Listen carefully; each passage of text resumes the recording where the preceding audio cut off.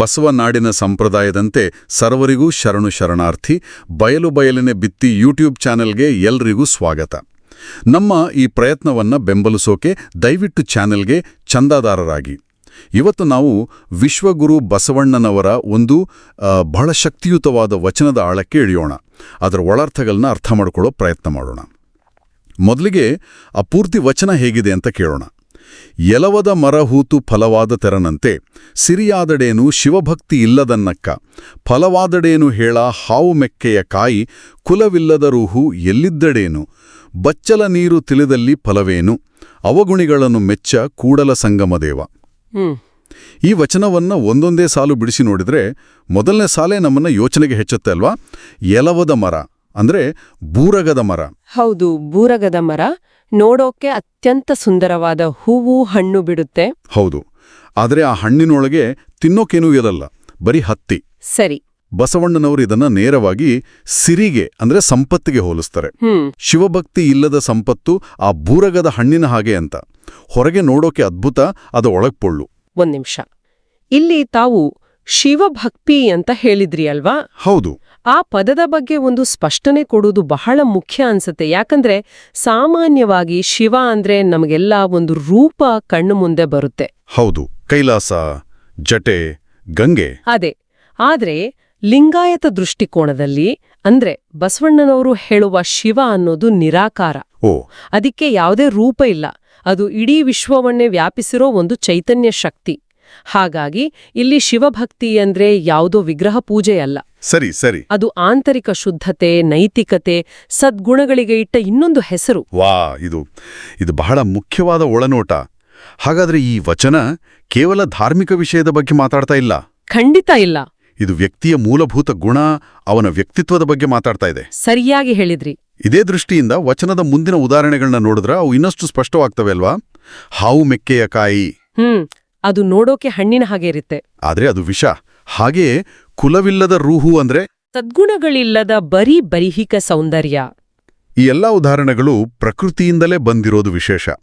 ಅಂದ್ರೆ ಬಸವಣ್ಣನವರು ನಿಸರ್ಗದಲ್ಲೇ ಸತ್ವ ಆರು ಪೊಳ್ಳುತನ ಎರಡನ್ನೂ ಗುರುತಿಸಿದ್ರು ಅನ್ಬಹುದಾ? ಖಂಡಿತ. ಅದೇ ಅವರ ವೈಜ್ಞಾನಿಕ ದೃಷ್ಟಿಕೋನ. ಅವರು ಕೊಡೋ ಪ್ರತಿಯೊಂದು ದೃಷ್ಟಾಂತವೂ ನಮ್ಮ ಸುತ್ತಮುತ್ತಲಿನ ಪ್ರಪಂಚದ್ದೇ. ಕೊನೆಯ ಉದಾಹರಣೆ ನೋಡಿ. ಬಚ್ಲ ನೀರು ತಿಳಿದಲ್ಲಿ ಫಲವೇನು. ಹೌದು. ಕೊಳಚೆ ನೀರು ಸ್ವಲ್ಪ ಹೊತ್ತು ಬಿಟ್ರೆ ತಿಳಿಯಾದ ಹಾಗೆ ಕಾಣಬಹುದು, ಆದ್ರೆ ಅದರ ಮೂಲ ಗುಣ ಅದು ಬದಲಾಗೋದಿಲ್ಲ. ಅದು ಕೊಳಕಾಗಿಯೇ ಇರುತ್ತೆ. ಅಂದ್ರೆ ಮೂಲ ಸ್ವಭಾವದಲ್ಲೇ ದೋಷ ಇದ್ರೆ ಬಾಹ್ಯ ಲೇಪನೆಗಳಿಂದ ಅದನ್ನ ಮುಚ್ಚಿಡೋಕಾಗಲ್ಲ. ಅದ್ಭುತವಾದ ವಿಶ್ಲೇಷಣೆ. ಈ ತರಹದ ಚರ್ಚೆಗಳು ಹೀಗೆಯೇ ಮುಂದುವರಿಯಲು ನಮ್ಮ ಈ ಚಿಕ್ಕ ಪ್ರಯತ್ನಕ್ಕೆ ನಿಮ್ಮ ಬೆಂಬಲ ನೀಡಿ. ದಯವಿಟ್ಟು ನಮ್ಮ ಯೂಟ್ಯೂಬ್ ಚಾನೆಲ್ನ ಸಬ್ಸ್ಕ್ರೈಬ್ ಮಾಡಿ. ಈಗ ಈ ಎಲ್ಲ ದೃಷ್ಟಾಂತಗಳನ್ನ ಒಟ್ಟಿಗೆ ಸೇರಿಸಿ ನೋಡಿದಾಗ ಬಸವಣ್ಣನವರ ಉದ್ದೇಶ ಸ್ಪಷ್ಟವಾಗುತ್ತೆ. ಅವರು ಯಾವುದೇ ಬಾಹ್ಯ ಆಕರ್ಷಣೆಯನ್ನ ಅದರ ಆಂತರಿಕ ಸತ್ವದ ಜೊತೆ ಹೋಲಿಸಿ ನೋಡ್ತಾ ಇದ್ದಾರೆ. ವಚನದ ಕೊನೆಯ ಸಾಲಿದೆಯಲ್ಲ, ಅವಗುಣಿಗಳನ್ನ ಮೆಚ್ಚ ಕೂಡಲ ಸಂಗಮದೇವ. ಇದು ಕೇವಲ ಒಂದು ಸಾಲಲ್ಲ, ಅದೊಂದು ತೀರ್ಪು. ಸರಿ.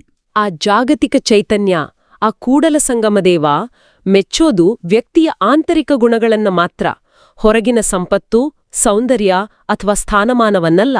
ಹಾಗಾದ್ರೆ ಇವತ್ತಿನ ಸಮಾಜಕ್ಕೆ, ವಿಶೇಷವಾಗಿ ಈ ಸಾಮಾಜಿಕ ಜಾಲತಾಣಗಳ ಯುಗಕ್ಕೆ ಈ ವಚನ ಎಷ್ಟು ಪ್ರಸ್ತುತ ಅಲ್ವಾ?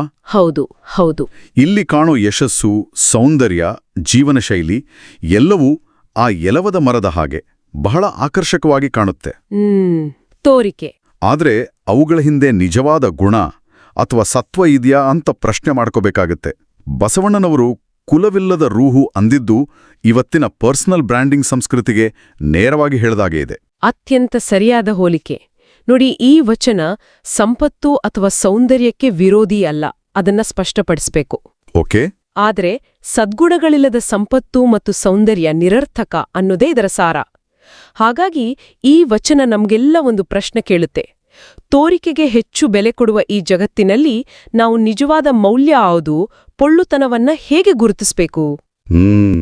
ಈ 12ನೇ ಶತಮಾನದ ಜ್ಞಾನವನ್ನ ನಮ್ಮ ವೈಯಕ್ತಿಕ ಜೀವನದಲ್ಲಿ ಅಳವಡಿಸಿಕೊಳ್ಳೋದು ಹೇಗೆ? ಇದು ನಮ್ಮೆಲ್ಲರ ಮುಂದಿರೋ ದೊಡ್ಡ ಸವಾಲು. ಒಟ್ಟಿನಲ್ಲಿ ಈ ವಚನದ ಸಂದೇಶ ಸ್ಪಷ್ಟವಾಗಿದೆ. ನಿಜವಾದ ಮೌಲ್ಯ ಇರೋದು ನಮ್ಮ ಗುಣ, ನಡತೆ ಮತ್ತು ಆಂತರಿಕ ಶುದ್ಧತೆಯಲ್ಲಿ. ಖಂಡಿತ. ಇವುಗಳಿಲ್ಲದ ಬಾಹ್ಯ ಆಕರ್ಷಣೆಗಳು ಶೂನ್ಯಕ್ಕೆ ಸಮ. ಈ ಕಾರ್ಯಕ್ರಮಕ್ಕೆ ಮಾರ್ಗದರ್ಶನ ನೀಡುತ್ತಿರುವ ಕಾಯಕ ಫೌಂಡೇಶನ್ ಹಿರೇಬಾಗೇವಾಡಿ ಸಂಸ್ಥೆಗೆ ನಮ್ಮ ಧನ್ಯವಾದಗಳು. ಎಲ್ಲರಿಗೂ ಶರಣು ಶರಣ.